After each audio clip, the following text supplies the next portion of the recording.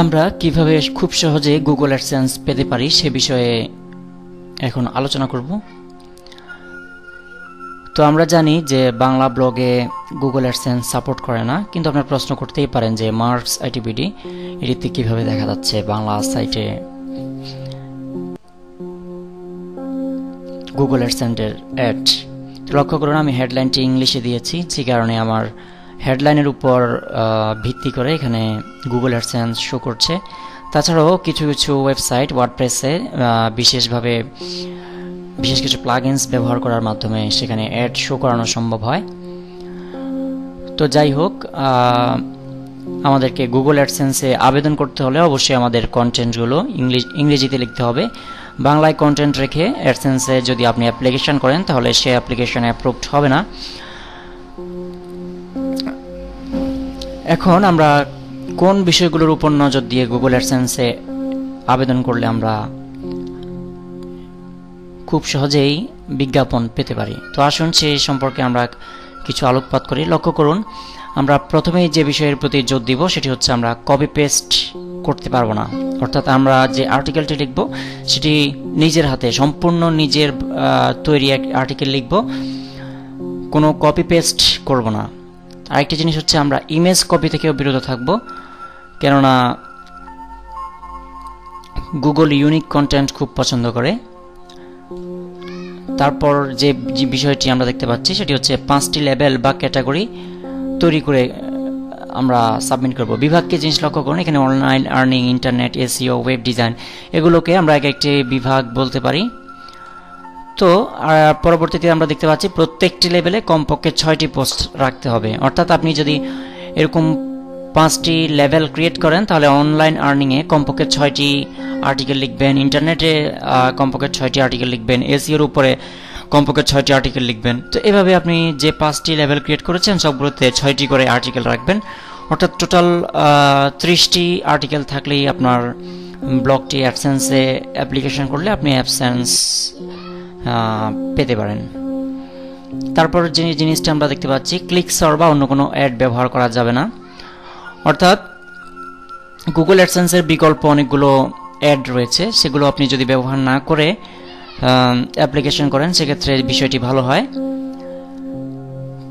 ক্লিকসরের অ্যাডগুলো এমন যে আপনার লেখার সাথে কন্টেন্টের সাথে মিল রেখে তাদের অ্যাডগুলো শো করে। যেমন আপনি লিখেছেন how to gain Google AdSense, তো এখানে যদি অ্যাডসেন্স কথাটি থাকে দেখা গেল যে অ্যাডসেন্সের উপর ক্লিক করলে সে আরেকটি লিঙ্কে নিয়ে চলে যাচ্ছে। তো এরকম তাদের অ্যাডগুলো।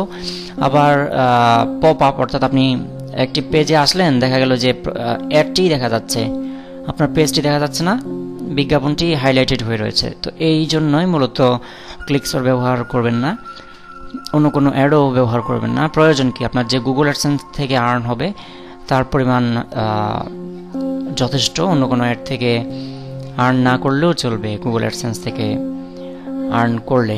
তারপর আমরা যে জিনিসটি দেখতে পাচ্ছি, Facebook pop up like button যুক্ত করা চলবে না। তো pop up Facebook like button কি, লক্ষ্য করুন এখানে ফেসবুক লাইক বাটন রয়েছে, এটি স্থির হয়ে রয়েছে এক জায়গায়। আর পপ আপ যেটি রয়েছে সেটি হচ্ছে বারবার আপনার হাইলাইটেড হবে এবং লাইক করার জন্য তাগিদ দিবে। তো এই ধরনের ফেসবুক লাইক বাটন না যোগ করাই ভালো। তারপর আমরা দেখতে পাচ্ছি আপনার সাইটে অ্যাবাউট এবং কন্ট্যাক্ট নামে দুটি পেজ তৈরি করুন। লক্ষ্য করুন আমি এটি বাংলায় তৈরি করেছি সাইট, আপনারা ইংরেজিতে তৈরি করবেন। যোগাযোগ এবং অ্যাবাউট আস, এই ধরনের কন্ট্যাক্ট এবং অ্যাবাউট আস নামে দুটি পেজ যোগ করবেন। তারপর আমরা দেখতে পাচ্ছি সাইটের বয়স 6 মাস হওয়ার পর অ্যাডসেন্সে অ্যাপ্লিকেশন করুন। অর্থাৎ আপনার ওয়েবসাইটের বয়স 6 মাস হওয়ার পরে আপনি যদি অ্যাপ্লিকেশন করেন এবং যে সমস্ত নিয়মকানুন বললাম সেগুলো মেনে চলেন, তাহলে প্রথমবার অ্যাপ্লিকেশন করেই আপনি অ্যাডসেন্সের অ্যাকাউন্ট লাভ করতে পারেন।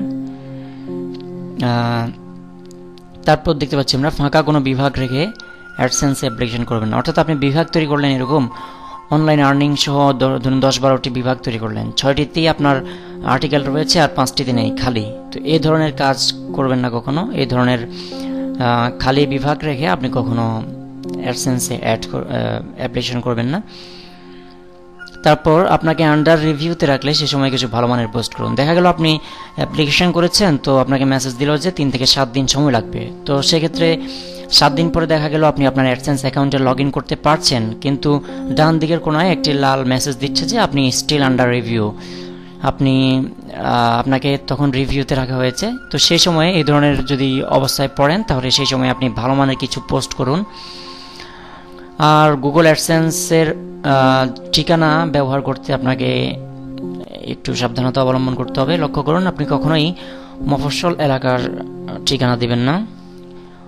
আপনি যদি ঢাকাতে আত্মীয় থাকে তবে ঢাকার ঠিকানাই দিন এবং পোস্ট কোড 1205, 1212 এই ধরনের, অর্থাৎ গুলশান, এলিফ্যান্ট রোড এই ধরনের এলাকার, ধানমন্ডি এই ধরনের এলাকার পোস্ট কোড ব্যবহার করে বাসার ঠিকানা দিন। তো পরবর্তীতে আপনি এই ঠিকানা পরিবর্তন করতে পারবেন। আপনার অ্যাডসেন্স অ্যাকাউন্ট অ্যাপ্রুভড হয়ে গেলেই আপনি ঠিকানাটি চেঞ্জ করে নিতে পারবেন, এটি কোনো সমস্যা না।